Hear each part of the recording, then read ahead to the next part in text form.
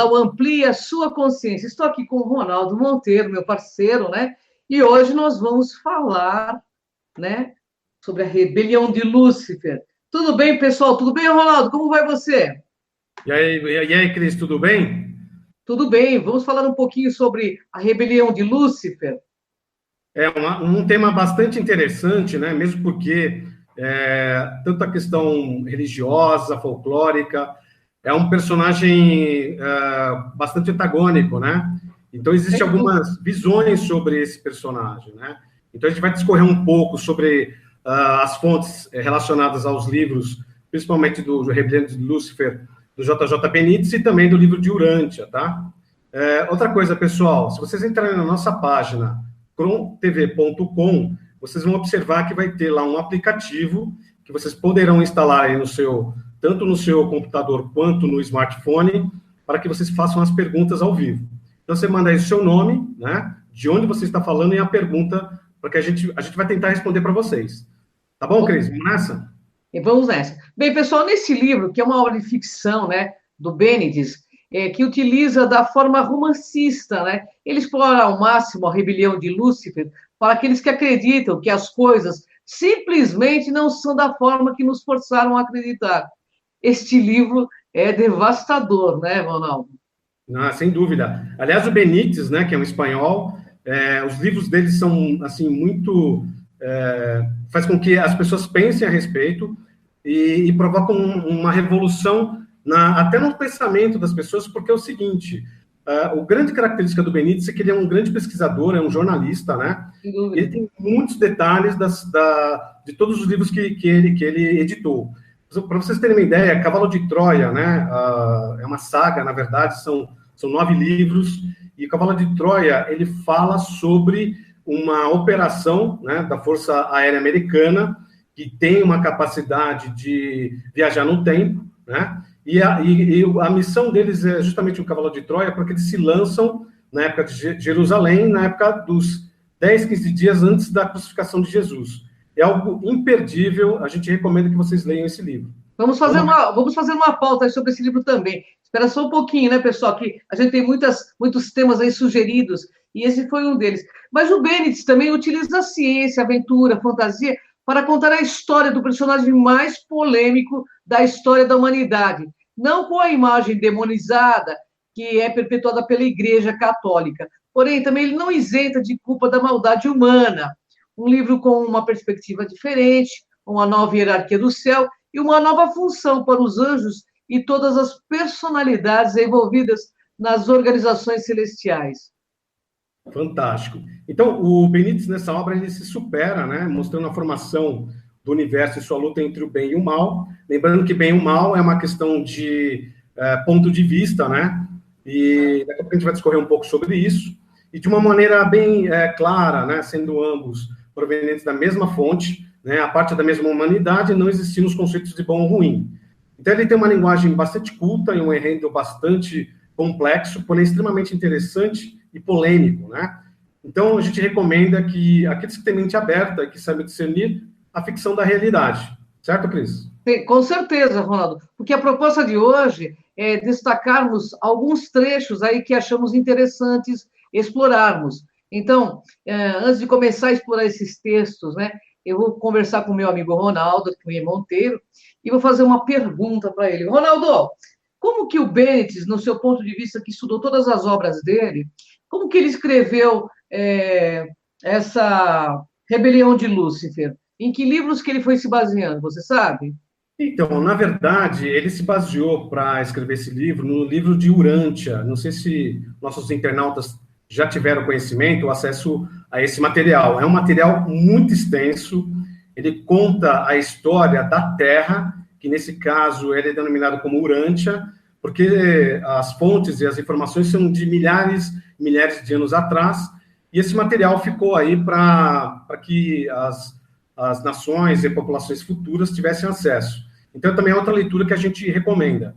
Então, o Benítez, ele tem, até por ser um pesquisador e um jornalista, ele se baseia em fontes que ele julgou interessantes, né, para poder discorrer de uma obra de ficção científica, mas sempre com o aspecto de você ter aquela sensação se é realidade ou não. Ou seja, no final, o leitor vai dizer para si mesmo o que ele acredita e o que ele não acredita. No entanto, pelo menos do que eu já li das obras do Benítez, realmente nos deixam com lacunas para preencher, né? Com situações em que você consegue, pelo menos, ter um discernimento e que existe uma certa lógica, tá? A gente daqui a pouco vai falar sobre isso.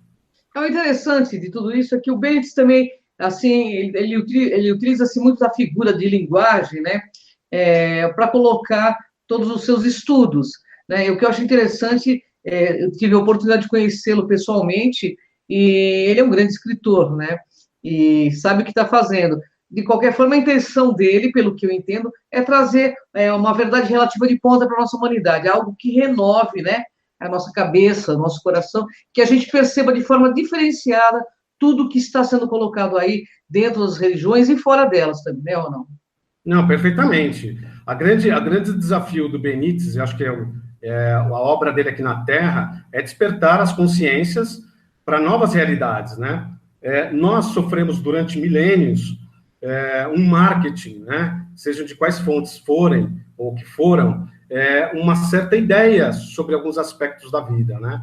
E, dentre essa questão da rebelião de Lúcifer, nós temos também a questão da passagem de Jesus aqui na Terra, e dentre outros tantos avatares. Então, as obras do Benítez remetem à reflexão.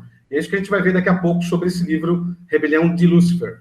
O importante é a gente colocar aqui que a gente aqui não está afirmando que isso seja uma verdade absoluta, até porque nada é absoluto, é tudo relativo mesmo.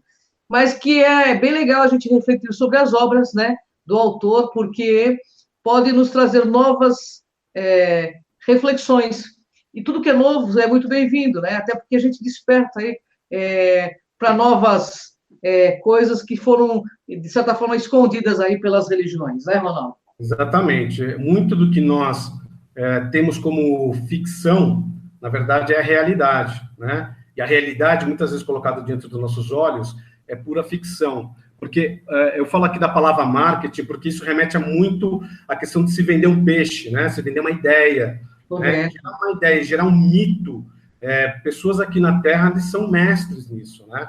Então, gerar um mito, principalmente para controle, principalmente para gerar um medo, e uma pessoa com medo, ela não tem condições, muitas vezes, de dar um passo à frente, né? Então, todas essas pessoas, com as suas inteligências, manipulam a todos nós, a todo tempo, mas isso está caindo por terra, porque essas obras, por exemplo, do Benítez, que remetem dos anos 80 para cá, para você ter uma ideia, o Cavalo de Troia, a saga de Cavalo de Troia, foi proibida de ser comercializada e editada nos Estados Unidos, simplesmente pelo fato de que, na história, ele narra um encontro com o major, né, da Força Aérea Americana, de uma situação, assim, parece muito um filme de investigação, muito bacana, os detalhes são fantásticos, e o governo americano não permitiu que esse livro circulasse de livre e espontânea vontade. Então, tem uma razão de ser, tá? E nesse livro, a gente vai falar em outra entrevista, né, em outro bate-papo, ele fala sobre a criação de uma máquina que realmente, né, segundo essa história de ficção, a gente consegue viajar no tempo, ok? A máquina do tempo. Mas esse assunto, Ronaldo, vai ser para uma próxima pauta, ok? Bem, eu vou ler um trecho aqui do livro da Rebelião de Lúcifer e nós vamos conversar sobre ele, ok, Ronaldo? Vamos lá.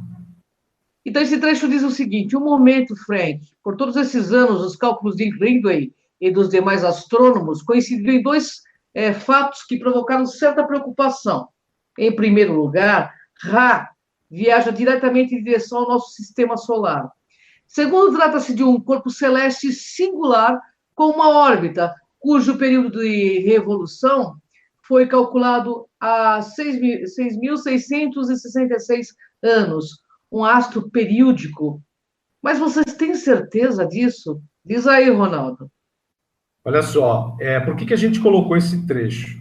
Muito se fala sobre Nibiru, né? Sobre Ecólogos ou Planeta Vermelho. Então, esse trecho do livro, pelo menos na nossa pesquisa, né?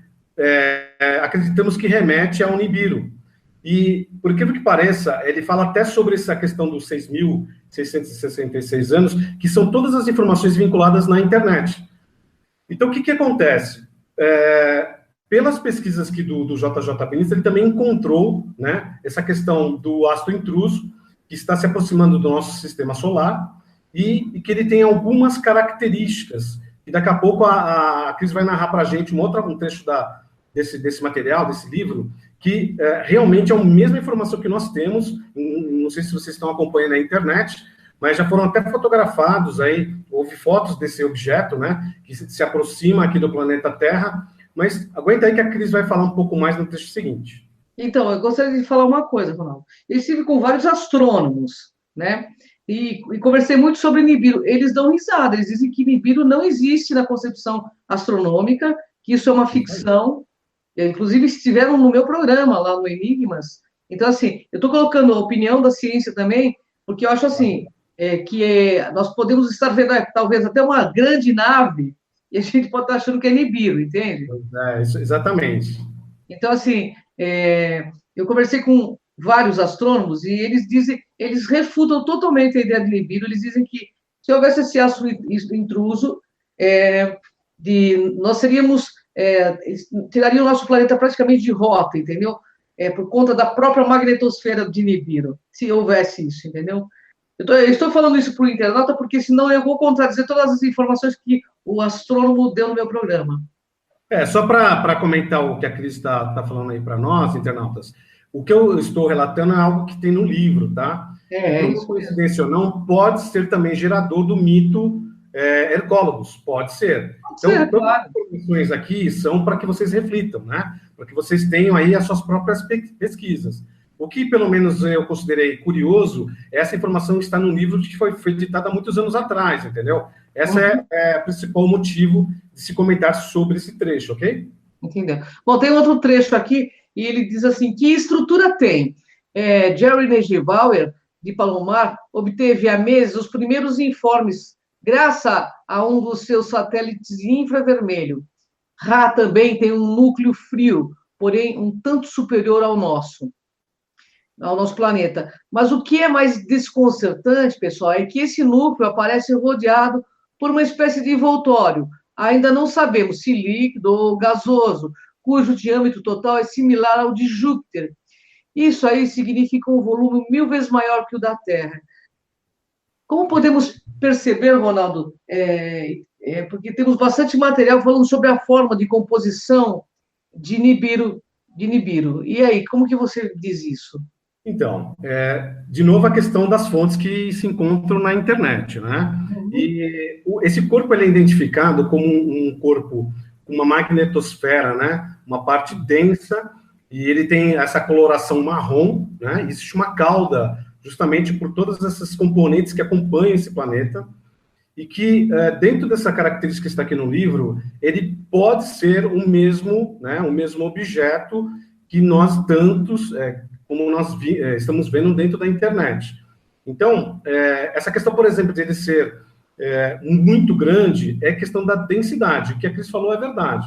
Se ele se aproximasse muito aqui do nosso planeta, além da verticalização do eixo da Terra, ele, na verdade, tiraria a Terra da nossa posição atual, né? Provocaria provavelmente uma destruição do planeta.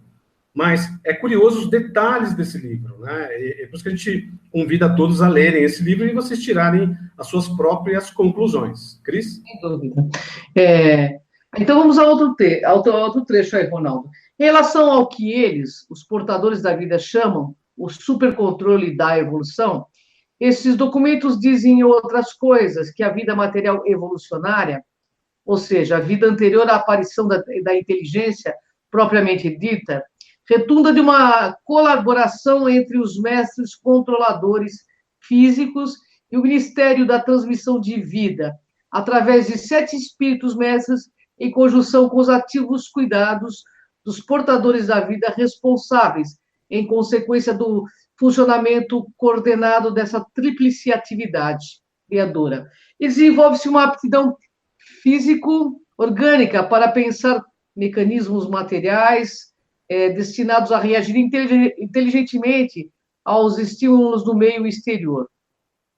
E aí, Ronaldo, o que você me diz disso? Então, uma questão importante que também é mencionada nos livros do JJ Benítez se refere aos engenheiros siderais, né? Então, eles têm todo um projeto que não somente a Terra, né, para serem desenvolvido a vida, né, em todos os seus aspectos, e esses engenheiros siderais, ou esses mestres controladores físicos, eles que são responsáveis por toda a criação. E em relação à rebelião de Lúcifer, ele fez parte dessa administração, né? E daqui a pouco a gente vai falar como é que ele fez parte disso. Mas dentro desse trabalho em que ele foi designado, houve um pensamento de Lúcifer em relação à própria existência de Deus, né? Então, isso acabou provocando, naquele momento, naquela época, todo esse desequilíbrio, né, por conta do pensamento de Lúcifer, e a gente vai ver daqui a pouco o que isso ocasionou na rebelião.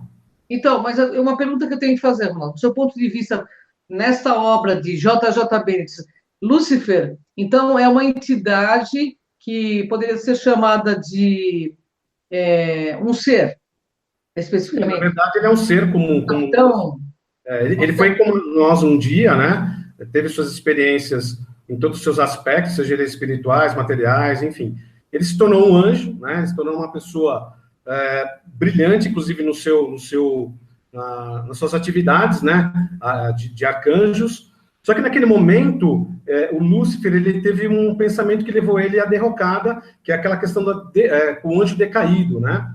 Então, o Lúcifer é uma entidade, é um ser, né? Que veio de outras paragens, de mundos mais evoluídos, e ele aqui na Terra, na verdade, ele teve duas outras entidades que o apoiaram nessa relação com a Terra.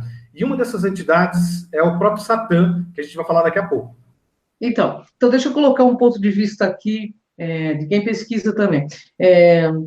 Veja bem, uma coisa que eu discordo em algumas coisas dessa questão é o seguinte, porque pesquisando junto com, em Torá, junto com Deepak, Sankara, junto com a Maria Pereira, que eu faço os programas, todo esse contexto foi colocado numa questão religiosa. Agora, você imagina como que um ser de uma alta hierarquia, que tem um nível de consciência lá em cima, a gente imagina que um ser da denominação de um arcanjo, como ele pode incorrer num erro desse nível? Entende? Eu acho que tem alguma coisa meio estranha, porque quando você toma consciência de algo, principalmente com a questão que discorre no livro, eu achei bastante incoerente essa parte de ele ter caído em vaidade, porque ele já era um arcanjo, e para você se tornar um arcanjo, no meu ponto de vista, de tudo que eu estudei em metafísica, você já tem que ser totalmente destituído de vaidades. Então, tem alguma coisa muito estranha que eu vou querer cutucar você aí, viu, Ronaldo? Porque você é um pesquisador. Na verdade, Cris, como eu sempre gosto de deixar bem claro para os internautas, é tudo por uma questão de reflexão, né? Eu aqui também não acredito nem desacredito, eu apenas leio, né, os materiais e faço as minhas reflexões. Mas, olha só, isso eu concordo com você, que numa esfera mais superior, ele vai ter realmente um papel, né, de se destituir praticamente do egocentrismo, né? Então, não tem mais o ego na mente dele, ele não tem mais esse aspecto.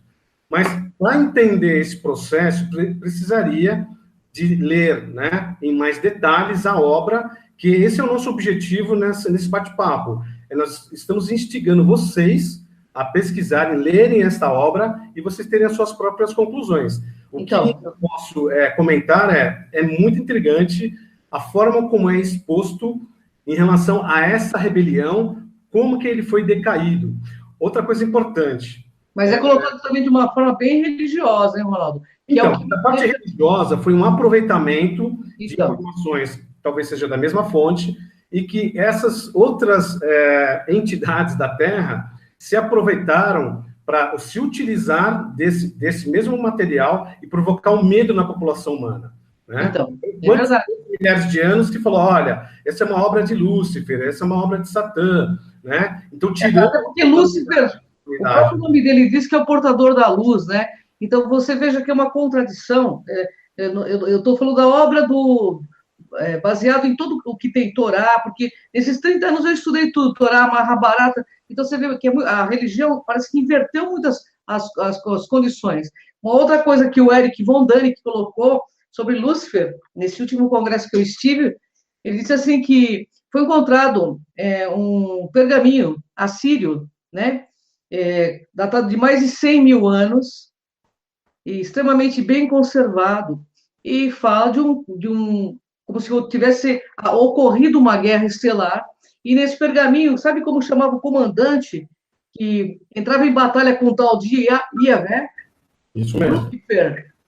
E isso não contexto religioso, é um pergaminho que o próprio Eric von Däniken mostrou no Congresso. Então, o próprio Eric diz assim, gente, Lúcifer, essas coisas não têm nada a ver com religião. Nós vamos descobrir ainda que nós tivemos no nosso planeta seres mais evoluídos, que tinham uma tecnologia maior, mas também que brigavam entre si.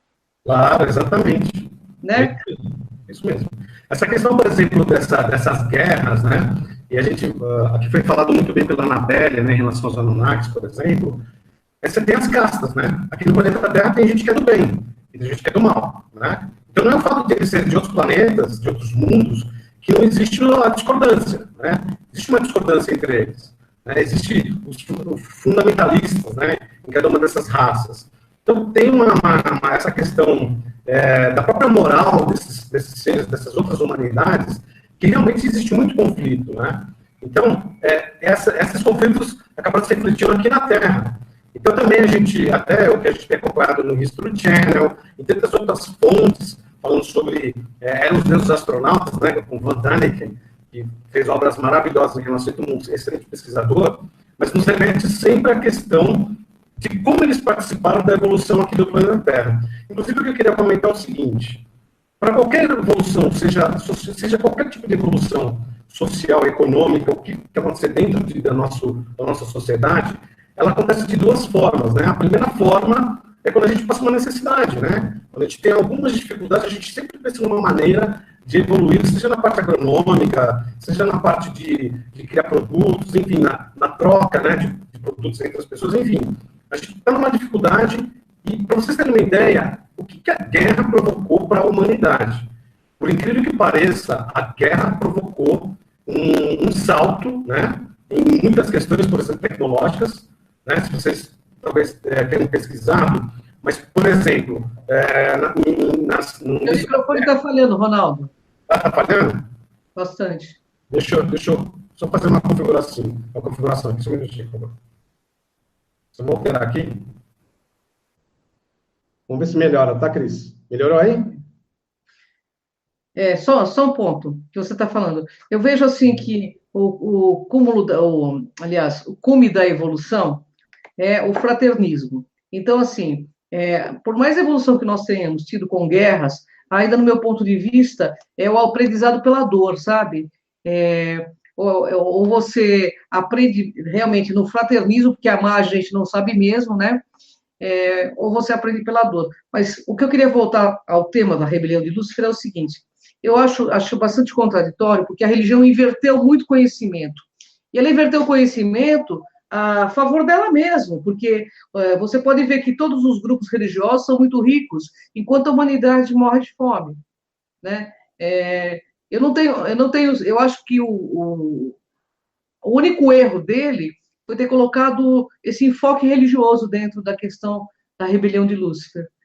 Ele podia ter colocado, porque ele é um pesquisador, ele fazia parte do Projeto Amar, eu estive com ele, com o Charles Pazuel, ele tem esse conhecimento ufológico, sabe?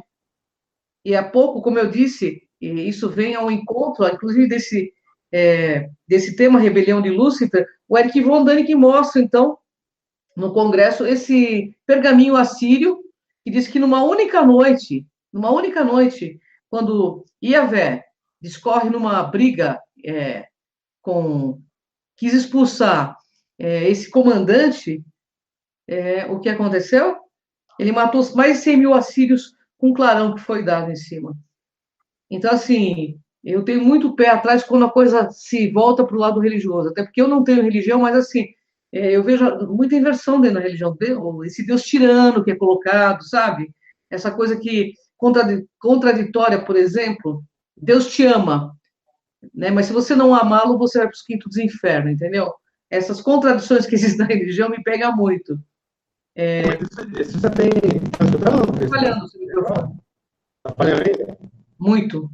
Então, deixa eu só continuar falando aqui, que eu vou alterar aqui a minha configuração, tá bom? Tá. Então, essas contradições que me pegam muito. Eu vejo os livros dele como mais uma figura de linguagem, é, não especificamente como uma verdade absoluta, mas assim, tem a sua verdade, mas é bem relativo, entendeu? Mas está me ouvindo melhor, Cris? Melhorou. Melhorou, né? Melhorou. Essa questão da inversão de valores, não há dúvida nenhuma que foram mecanismos utilizados pelas essas religiões para controlar as pessoas, né? Para gerar um medo. Isso que você falou, para mim, é uma verdade, porque, olha só, Deus, ele é onipresente, Deus, ele é onipotente, e Deus é amor, né? Então, se ele é amor e temos nós como criações a sua semelhança, significa que nós somos co-criadores e criadores também, então não há motivo nenhum para a gente ter medo desse Deus, né? Se você estiver fora do que Deus vai falar... Oi? Esse Deus é muito personificado numa condição muito humana, de raiva, de tirania, né? De homem barbudo. Eu acho que Deus é uma fonte criadora, sabe? Evolutiva, que está aí impulsionando, né, as pessoas a serem melhores. E é através de tudo que está aqui, né? Mas, enfim, Lúcifer, né? Lúcifer é o que está no pergaminho assírio. Sim. E, no teu ponto de vista, ele é uma entidade, Ronaldo? Não.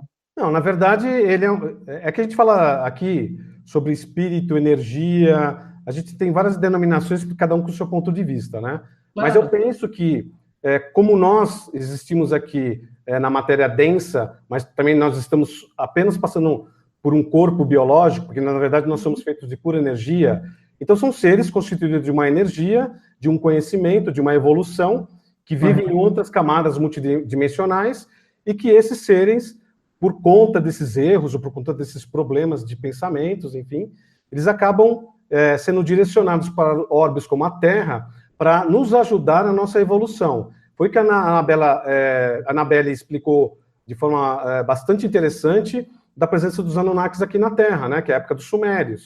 Sim. Então, esses saltos que eu estava querendo dizer é o seguinte: os saltos tecnológicos, sim, e alguns saltos conscienciais também, né? Então, na época de Moisés, enfim, Abraão, enfim, todos esses seres que também fizeram um papel muito importante na humanidade, quando se passou a falar sobre um Deus único, né? Tivemos muitos, milhares de deuses, até que a gente recebeu pelo menos uma luz nas nossas mentes através desses avatares, desses seres, falando do Deus único, né? Antes mesmo da época da vinda de Jesus. Então, nós somos preparados, de alguma maneira, para entender esse Deus, né, que é essa energia vital, que tudo emana de tudo, todo o nosso universo é constituído de Deus, né? Então, nós fazemos parte desse universo, mas coexistindo com Deus, né? Então, Deus, ele atua, segundo essas obras, né? O Deus atua através da gente, né? Através de todas as nossas ações, as nossas reações, as nossas experimentações. Cris? Então, Ronaldo, eu acho interessante, assim, eu tiro muita conotação religiosa, porque você sabe que não tem religiões, mas eu sei que essa força é atuante, e também o que para mim seria o Satã, é o próprio ego. O Satã é a formação do ego de cada ser humano, sabe? Aquela densificação realmente no mal, da não compreensão, que eu acho que isso que realmente é essa energia. Não é especificamente um homem ou uma figura mitológica. Mitológica, é isso mesmo. Mas, assim, uma energia que você opta. Mas eu tenho muito esse questionamento. Inclusive, eu perguntei para o Charles Pazuello, que era amigão do... por que você acha que um cara que nem Lúcifer, que tinha um nível de arcanjo, que para você ser um arcanjo, olha o nível de consciência que você deve ter. Você vai escorregar por causa de uma bobagem como essa? Traição, uma coisa tão pequena, né? Eu acho meio contraditória essa história. Parece mais uma história de carochinha, sabe? Para imitar a Bíblia. Deixa eu pegar aqui... Deixa eu te falar, Cris, tem um trecho aqui que eu gostaria de falar. Aliás, pode falar, Ronaldo. Né? Para a gente ter um pouco mais ideia do livro de Urântia, né, em relação à rebelião de Lúcifer. Olha que interessante. Lúcifer era um brilhante filho Lanonandek, primário de Nebadon. Possuía experiência de serviços em muitos sistemas, havia sido um alto conselheiro do seu grupo e distinguira-se pela sabedoria, sagacidade e eficiência. Era o número 37 da sua ordem e, quando indicado pelos Melquisedeques, fora distinguido como uma das 100 personalidades mais capazes e brilhantes entre mais de 700 mil de sua espécie. Vindo de um começo tão magnífico, por meio do mal e do erro, abraçou o pecado, e agora está numerado como um dos 3 soberanos de sistemas em Nebadon, que sucumbiram ao impulso do ego e renderam-se aos sofismas de uma liberdade pessoal espúria. A rejeição da lealdade universal, a desconsideração pelas obrigações fraternais e a cegueira para as relações cósmicas. No universo de Nebadon, domínio de Cristo Micael, há 10 mil sistemas de mundos habitados. Em toda a história dos filhos Lenonandeques, durante o seu trabalho em todos esses milhares de sistemas e na sede central do universo, apenas 3 soberanos de sistemas respeitaram o governo do Filho Criador. Exatamente o que você comentou há pouco, né?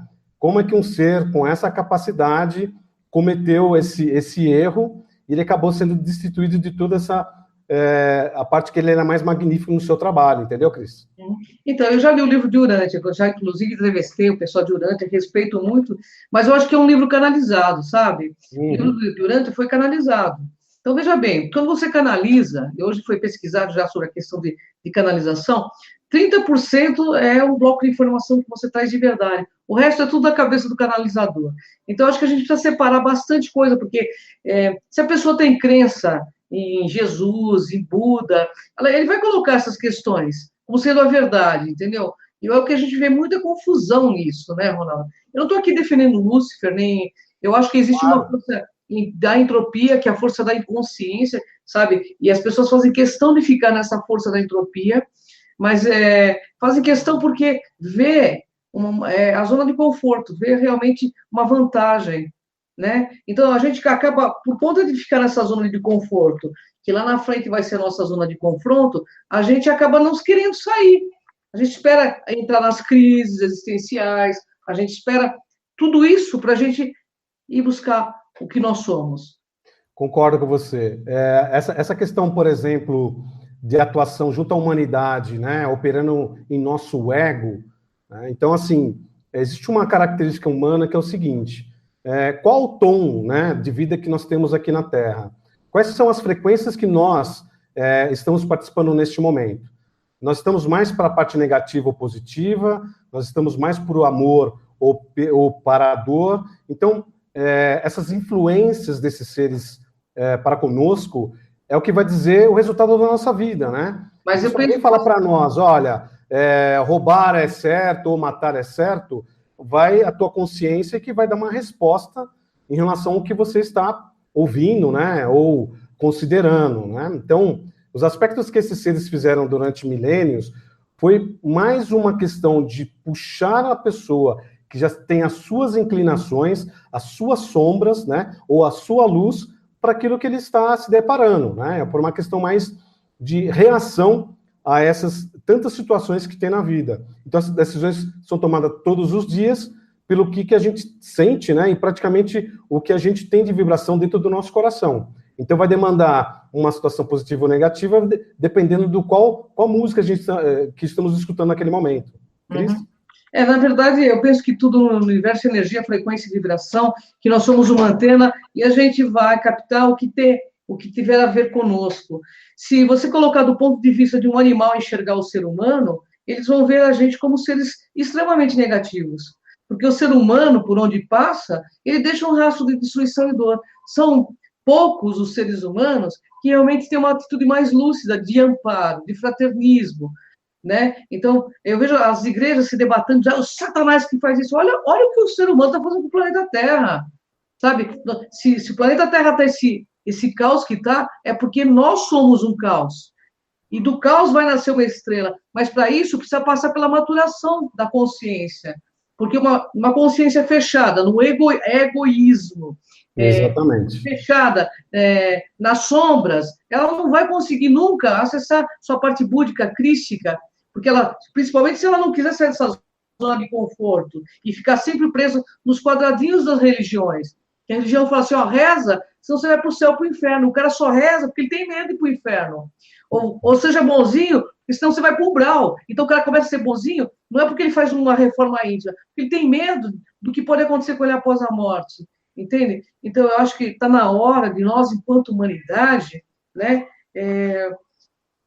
verificar que toda essa parte lírica que é escrita nos livros, toda essa parte romancista dos livros, tem uma grande mensagem para nos passar. Da queda no ego, da queda e da ascensão. Então, que a gente possa ter, nesse momento de crise, tal, um momento de ascensão. Porque são figuras de linguagem, assim como a Bíblia é figura de linguagem, entendeu? Eu acho que a gente tem que estar muito atento a isso, porque não é o medo que vai nos tirar desse patamar, mas a tomada de consciência real de quem somos, né? Que é o mais importante. Eu acho fantástico as obras do Bennett, acho fantástico, acho que ele escreve muito bem, mas eu acho uma misturada, né, entre religião, entre ciência, ele quer falar um pouco de cada coisa, até para convencer, mas para quem tem um mínimo de entendimento, você vê assim, começa a questionar, pô, o cara não era um semideus, um arcanjo, um nível de um arcanjo, por exemplo, é um nível de consciência que para mim chegar 10 milhões de anos, entende? O cara é co-criador da raça humana, entende? Então, assim, tem muitas coisas que ainda são paradigmas religiosos colocados assim como pseudo-verdades, entendeu? Uma questão importante de deixar claro para os internautas, novamente, é uma obra de ficção científica. Sim, sim. Você colocou muito bem, é uma questão de interpretação do leitor, né? Eu acho que a grande característica do livro é que a gente tem, pelo nosso livre-arbítrio, toda aquela parte de criação mental sobre aquele que a gente está lendo, nós somos co-criadores até de uma obra dessa. A gente vai por um caminho ou outro, mas dependendo de toda a nossa configuração da nossa alma, né? Das nossas crenças. Acho que o mais importante em relação a esta obra ou outras obras é aquilo que você tem como reflexão. Mas de uma coisa, os internautas podem ter certeza nesse trabalho que a gente, pelo menos, fazemos com muito carinho, né? Com muito amor para todos os nossos internautas e todas as pessoas que a gente conhece, é remetermos a uma reforma íntima. É sabermos quem nós somos, né? A capacidade que nós temos de criar, né? A capacidade de a gente ter mudança desse planeta e do orbe, do cosmos, se a gente quiser, né? Esse é o grande desafio em todos os nossos trabalhos, porque se nós entendemos as capacidades que nós temos e o que realmente a gente pode transformar, tanto a nós como indivíduos e ao planeta, com certeza tudo vai melhorar em nossas vidas futuras. Sem dúvida, e também uma coisa muito interessante, porque até um grande mestre aí da humanidade, ele deixou uma questão dizendo o seguinte, não há maior mal a temer do que aquele que habita em vós. Ou seja, o que habita em nós é uma confusão de ideias e ideais, é uma sombra muito poderosa, mas que pode ser aliada da nossa luz se a gente buscar a compreensão. E a gente vê que hoje nós estamos num momento que as pessoas estão buscando. Eu vejo que tem bastante gente buscando, mas tem muita gente ainda na zona de conforto, né? Entre aspas, que essa zona de conforto são as religiões, né? E aí elas dão, como nós já conversamos, elas dão tudo achando que essa troca, essa permuta de bens materiais sobre favores espirituais que elas fazem, sejam nas igrejas evangélicas, em centros de umbanda, nada mais é do que um contrato pequeno que ela assina com essas entidades para permanecer na sombra, do meu ponto de vista. Sabe? Porque você só vai ter o que você criar.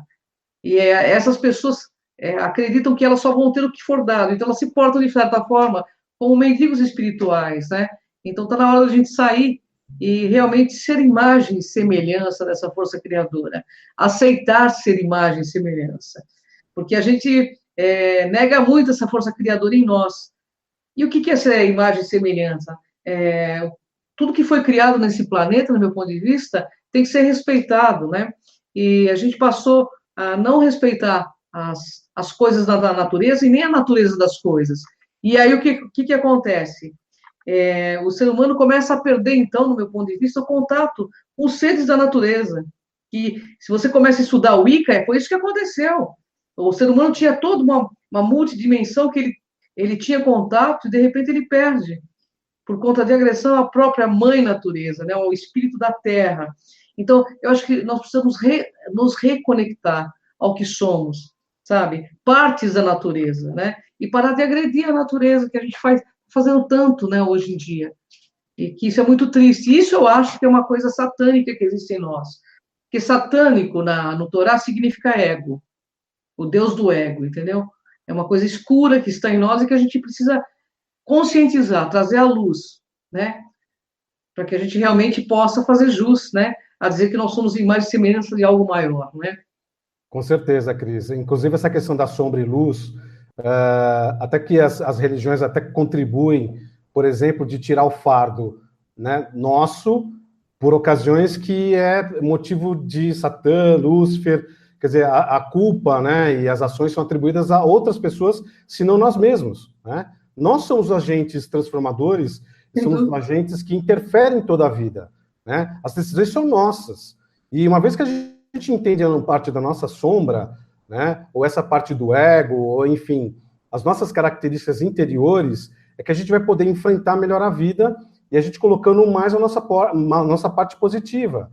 Então, muito se atribui dentro das religiões ou doutrinas ou dogmas de que nós somos influenciados. Eu até entendo que nós somos influenciados, mas as decisões finais são nossas. Né? Sem dúvida, sempre né?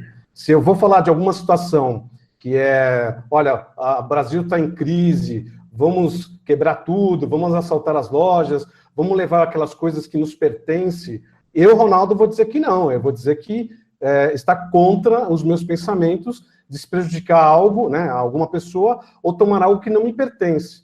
Mas isso é cada um, né? Cada um tem a sua verdade. Novamente, o bem e o mal é uma questão de ponto de vista, mas pelas leis universais, nós temos aqui dentro do nosso coração, nós sabemos o que é o melhor, né? Dentro das leis que a gente fala divinas, a gente sabe dentro de que linha que a gente tem que adotar o nosso pensamento. Porque tudo o contrário da luz é sofrimento. Então a gente vai viver, experimentar as questões que nos levam ao conhecimento através da dor ou do amor, né? Então eu prefiro experimentar um abraço, alguém, uma palavra amiga, ou apenas escutar as pessoas, do que ser agressivo com elas. Porque a gente sabe que isso não vai resolver o problema. Não vai. Vai se resolver o problema se tiver uma comunicação aberta e tranquila, ouvir o teu irmão e alguém que possa me ouvir também. E eu já comentei algumas vezes, Cris, que muito importante estar nas academias, cuidar do corpo físico, ficar malhado, é muito importante. Porque corpo biológico corpo tem que estar em movimento. Mas a mente também tem que ser cuidada. Então tem que cuidar da nossa mente, do que a gente pensa. Porque é da nossa mente que tudo vem, né? Todo o controle emocional, biológico, mecânico vem da mente. Então, se a mente ela está equilibrada, a gente vai fazer coisas também bem mais equilibradas e a gente vai ser muito mais feliz. Sem dúvida. Porque o que a gente deve entender, nesses anos de pesquisa, o que eu compreendi, que a verdade ela não é relativa. O que é relativo é o nosso nível de compreensão do que seja a verdade, entendeu? A verdade pode não ser nada disso que a gente pense que é, porque ela foi tão fragmentada que a gente não sabe qual é a grande verdade, entendeu? Então, assim, o que é relativo é o nosso nível de consciência sobre o que seja tudo isso. O que eu vejo nas obras de Urântia, de J. Bendis, embora sejam fantásticas, tem muito a questão religiosa de quem canalizou essas obras, ou de que nem o próprio J. Bendis, né? Ele canalizou e colocou, que nem a Operação Cavalo de Troia. É fantástico tudo isso que ele conta, né? E parece até tão real, porque a descrição que ele faz é muito peculiar, né? Muitos detalhes, né, Cris? Muitos detalhes, né? Mas eu aprendi, viu, Ronaldo, que o ser humano ele tem a capacidade de criar bastante coisa também. E eu não duvido que exista essa máquina do tempo. Talvez de uma forma meio romancista, né? Ele foi lá e fez essa obra. Mas vamos falar um pouco mais da operação, da rebelião de Lúcifer. Bem, aqui tem uma parte que, pelo menos, ela remete a essa questão da atuação de Lúcifer aqui no planeta Terra. Ele diz mais ou menos o seguinte, que na época em que Micael esteve na carne em Urântia é a Terra, né? Lúcifer, Satã e Caligástia aliaram-se para, juntos, tentar causar um insucesso da sua missão de auto-outorga, ou todavia tiveram um fracasso notável. Então, aqui nessa parte do livro, ele já relata que Lúcifer tinha outras duas entidades, né, duas pessoas, que faziam parte de todo esse trabalho, né, aqui na Terra. Então diz mais aqui, Lúcifer e o seu primeiro assistente, Satã, haviam reinado já em Jerusalém por mais de 500 mil anos, quando nos seus corações começaram a alinhar-se contra o Pai Universal e o seu Filho, nesse caso Jesus, então vice-regente Micael, né? Então, olha só que interessante, é só uma questão de uma obra de ficção que é relatada para a gente pensar um pouco, né? Então, Lúcifer não foi uma única entidade, um único ser que provocou toda essa situação, né, do desequilíbrio, de puxar mais para o lado do mal, enfim. Ele teve a participação do seu assessor direto, que era Satã. Cris? Então, mas quem será o verdadeiro filho do homem, o 666? Na Torá, por exemplo, diz que esse é o número do Messias humano. E aí, como é que fica? Por isso que eu vejo que há muitas contradições, né? Inclusive, quando o Deepak Sankara Veda, ele foi no Enigmas, ele falou exatamente isso. Ele falou, ó, e ele é um cabalista, ele é judeu, né? Que existe uma inversão muito grande, porque o número do homem, que é o número da divindade, do despertar crístico, é o 666. E agora a religião diz que o 666 é um número negativo. Então, assim, quem está correto? Qual é a verdade? Qual é a verdade? Qual é a verdade, né? Como eu não me apego muito nessas questões, mas assim, eu acho legal até falar para o internauta sobre essas questões, que tem uma igreja nos Estados Unidos que, inclusive, todos os seguidores dessa igreja têm o 666, não sei se você já ouviu falar. Eles dizem que é o Cristo cósmico deles, entendeu? É o renascimento da centelha divina. O que eu penso particularmente é o seguinte, independente de qualquer coisa, nós escolhemos de que lado nós queremos estar, né? De que força nós queremos estar. Como você disse, nós temos esse poder de escolha, né? E para ver como nós ainda estamos muito equivocados, é só olhar para o planeta Terra. O que nós estamos, enquanto humanidade, Deus humana, desumana, Ronaldo, olha isso. Deus humana, desumana. Nós somos desumanos. E eu falo isso porque, assim, embora eu ainda sou, como carne, então sou carnívora, ainda não, claro, num nível menor, mas se a gente tivesse um pouco de compaixão, nós não faríamos com os animais nada do que está sendo feito, com as crianças, a fome na África, porque o planeta Terra, ele é um planeta que tem muita diversidade de alimentos. Então, não precisaria ter tanta diferença social, né? Então, eu acho que dominam as pessoas por um pedaço de papel pintado chamado dinheiro, que rouba, inclusive, muita energia psíquica das pessoas, né? Então, assim, esse é o verdadeiro Deus da humanidade, do meu ponto de vista. O verdadeiro Deus que a humanidade se curva, se rende, é o dinheiro. É o dinheiro. Por esse papel pintado, as pessoas se matam e matam as pessoas. Você sabe que os países que fazem guerra, não sei se o nosso internauta sabe disso, mas os países que fazem guerra, por exemplo, os Estados Unidos entram em guerra com a Coreia do Norte. Se a Coreia do Norte perde a guerra ou vice-versa, depois eles têm que pagar todo o gasto para os Estados Unidos. Quando eu fiquei sabendo disso, porque eu fiquei em choque, porque eu falei, então está escrito, né? Tá dito. Então, isso aqui é uma atitude mais satânica do que essa, né? Você inventa uma história para um monte de gente morrer na guerra, geralmente nem um filho de político, né, de político famoso, ou que tem que seja abastado financeiramente, e enquanto a humanidade toda vai para lutar por trustes e ideais que são deles. Então, o que precisa acontecer, do meu ponto de vista, é o pessoal acordar para a sua própria luz e parar de acreditar, porque existem guerras aí, multisseculares religiosas, por exemplo, em nome de Deus. Que Deus é esse que quer que o cara vai lá e se coloque um negócio de bomba na cintura, um cinto de bomba e se exploda, para se encontrar com 21 virgens lá no céu, né? Então, eu acho que está na hora do povo começar a acordar, entendeu? Que isso vem sendo repetitivo, né? E que a gente precisa começar a acordar para a gente não cair mais nesses engodos. Afinal de contas, que Deus real está coordenando a sua vida nesse momento? Que Deus real coordena as suas atitudes no dia a dia? É Lúcifer? É Satã? É um Deus de amor e bondade? Porque o Deus que coordena a sua vida se você estiver em ressonância com essa força, vai fazer com que você tenha atitudes no cotidiano de bondade, beleza e verdade, ou o contrário delas, né? De inversão total. E o que a gente vê no planeta hoje, o que é? O que é? Um Deus que... Se há um Deus que está coordenando esse planeta, é o Deus da inversão. O Deus dos espertos, o Deus que passa a perna nas pessoas. Aí as pessoas fazem tudo isso durante a semana e depois vão para suas igrejas rezar. Então, assim, eu questiono muito, e devo admitir para você, Ronaldo, como meu amigo e meu parceiro, que às vezes eu vejo a religião como o maior entrave da vida espiritual do ser humano, porque muitas coisas são apresentadas como verdades que não são verdades, porque se a gente tem a concepção de que Deus é uma força criadora do bem, da bondade, da beleza e da verdade, realmente poucas pessoas nesse planeta não acreditam nesse Deus.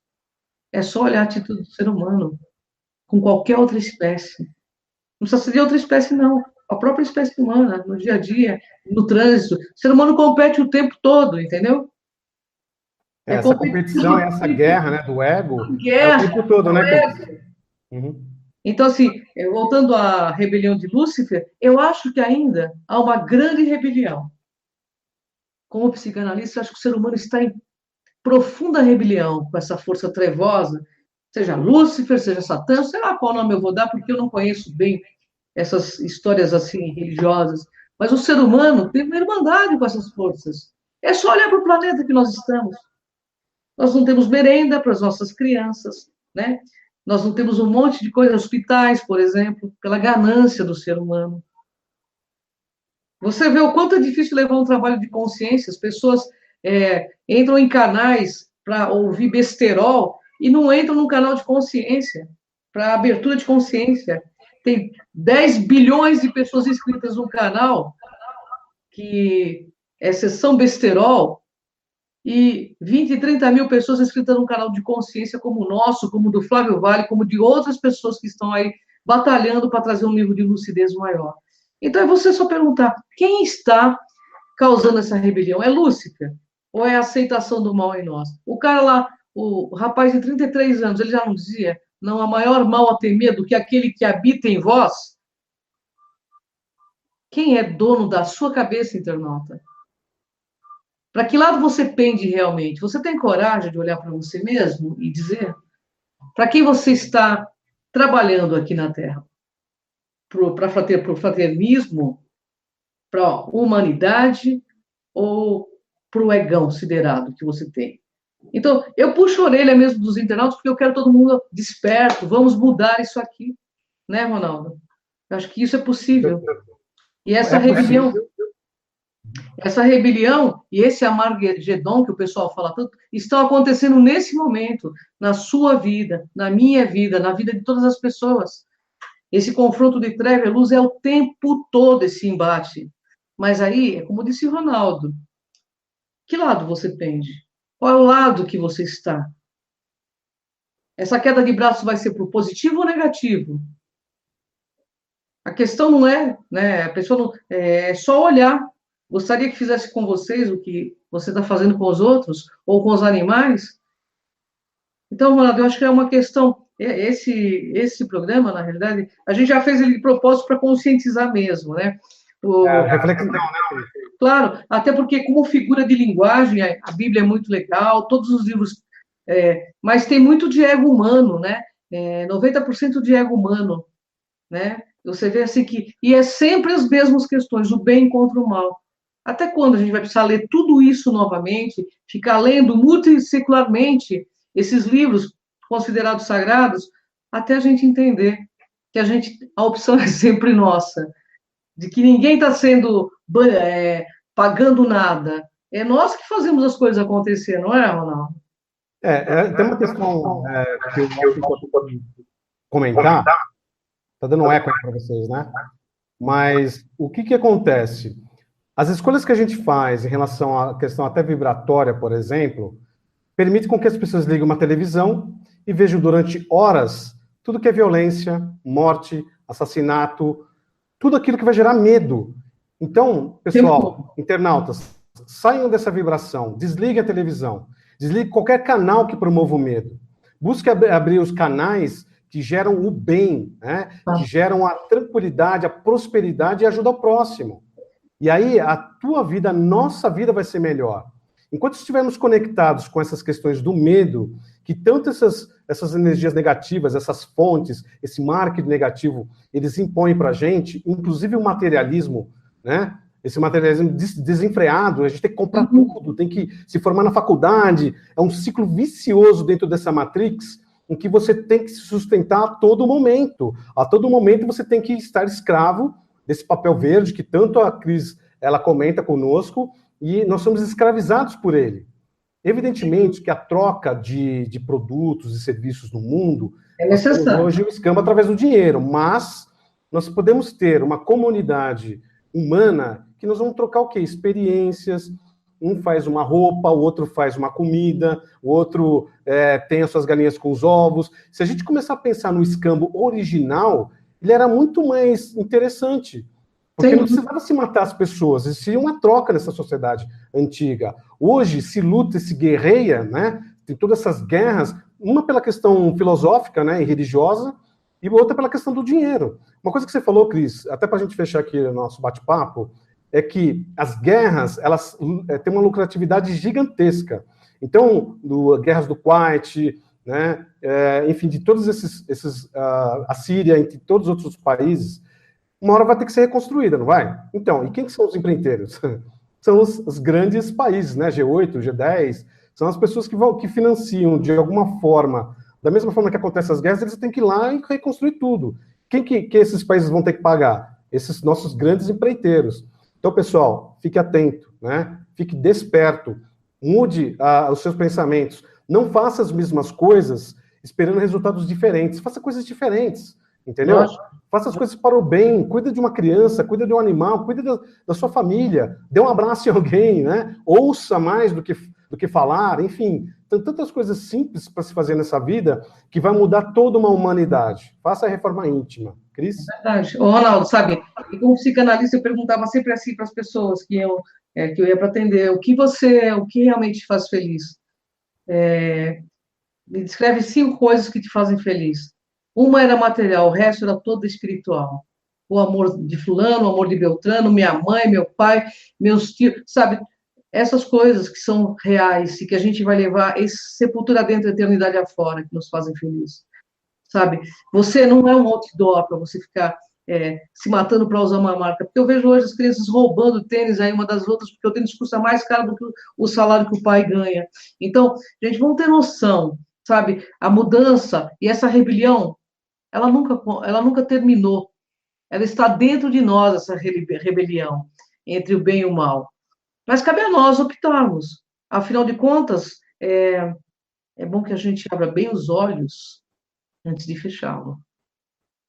Porque na matéria a gente consegue concretizar tudo de bom que a gente desejar, mas também consegue fazer muita coisa ruim, se assim desejar. Então, eu acho que esse abrir os olhos antes de fechá-lo significa um despertar da nossa alma para toda essa materialidade, que é apenas mais um padrão de onda que a nossa alma está passando e que pretende um dia migrar para uma órbita muito mais superior, né, do que esse planeta escola, laboratório que é a Terra. Que, do meu ponto de vista, é um belíssimo planeta, e eu agradeço profundamente estar aqui com todos vocês, que são os nossos internautas queridos, com o Ronaldo Monteiro, porque é um planeta de aprendizado constante. É nesse embate diário que a gente cresce. Você já pensou todo o tempo, você está virar um eremita, você não vai crescer, é dentro dessas inter-relações que a gente cresce, entendeu? Então, isso é legal, mas assim, poxa, vamos diminuir esse lado escuro, obscuro em nós, e quando alguém vier brigar, baixa o tom, diminui, deixa a pessoa brigar sozinha. Esses dias eu vi uma situação muito legal na Paulista, sabe, Ronaldo?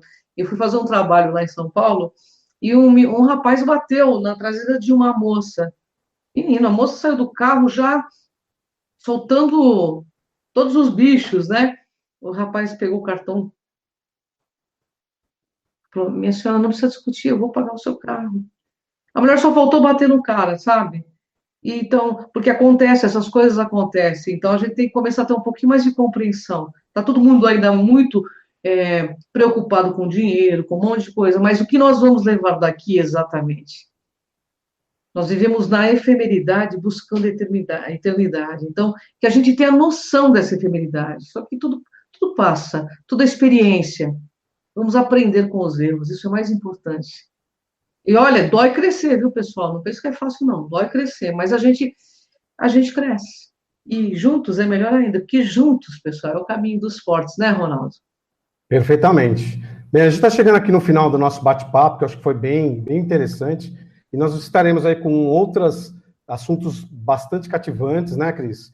E a gente vai falar de uma programação aí das próximas entrevistas, e eu gostaria de deixar alguns recados, tá? Acesse nosso site, crontv.com, nós temos lá um menu, um link de contato, e mande para a gente, né, os seus casos, os seus interesses, caso algum especialista dentro da nossa linha, né, de trabalho queiram ser entrevistados, preencha aqui o nosso formulário e manda para a gente, tá? Em breve a gente vai lançar o nosso primeira turma aí do Futurismo, que vai ser uma surpresa para vocês. Temos a certeza que vocês vão gostar, porque a gente entendeu, eu e a Cris, que é uma questão muito interessante de uma interação entre nós, né? Não apenas aqui pela internet, que já é uma coisa excelente, mas um contato mais pessoal, né? E a gente pensou exatamente no futurismo, que é o que permeia, né, nossas energias, né? A gente gosta desse assunto, a gente quer falar sobre esse assunto, mas quem sabe um encontro bacana, né, entre essa turma que a gente pode se juntar e para ir para um local maravilhoso em que a gente vai ter contato com a natureza, a gente vai ter contato com o nosso eu, né, e entre outras questões aí bem interessantes, não é mesmo, Cris? Sem dúvida, vamos fazer muitas experimentações, trocar muitas ideias, rir muito, brincar bastante, porque afinal de contas, gente, a gente tem que estar de bom humor, né? Que essa força criadora deve ter muito bom humor para aturar toda essa humanidade. Então a gente também tem que ter bom humor. E vai ser muito gostoso. O primeiro passeio que nós pretendemos é na Serra do Roncador, né? O Ronaldo já está vendo isso. E logo que nós tivermos todo o pacote acertado com a empresa, o Ronaldo vem e eu também faremos uma live e convidaremos você aí conosco. Vai ser muito gostoso estar junto com vocês. Com certeza. Pessoal, eu fico aqui meus agradecimentos. Muito obrigado, viu, Cris, da gente poder ter esse bate-papo e até a próxima. Você, Ronaldo. Eu sempre vou atuar como psicanalista porque eu aprendi a refletir muito, né? E isso faz muito bem porque é através da reflexão que a gente brilha, sabe? Que nasce aquela luz dentro do peito da gente, a gente consegue analisar que caminho melhor a gente pode seguir. Pessoal, quem reflete, é isso aí, brilha. Então, antes de qualquer decisão, aconteceu qualquer coisa, você pensa, você ouviu, pensou, refletiu, aí vai agir. O ser humano tem a mania de fazer tudo ao contrário. Ele enxerga e já vai na atitude, sabe, Ronaldo? E aí onde acontecem as grandes catástrofes, às vezes. Pessoal, gratidão, Ronaldo, uma honra estar com você sempre, você é meu irmãozão de alma, e é você também, internauta, um grande beijo. Acompanhe nossas redes sociais, Cris de Pascoal, Ronaldo Monteiro, o site do Cron TV, que está bombando aí com essas mídias, porque o que nós desejamos mesmo é que, como uma só humanidade, a gente desperte juntos, para que tudo seja melhor para todos os seres vivos, em todas as suas manifestações e formas. A vida tem que ser preservada, porque, afinal de contas, como eu digo sempre, tudo que move é sagrado. Então, vem com a gente nessa jornada. Até mais, Ronaldo. Até mais. Tchau, tchau.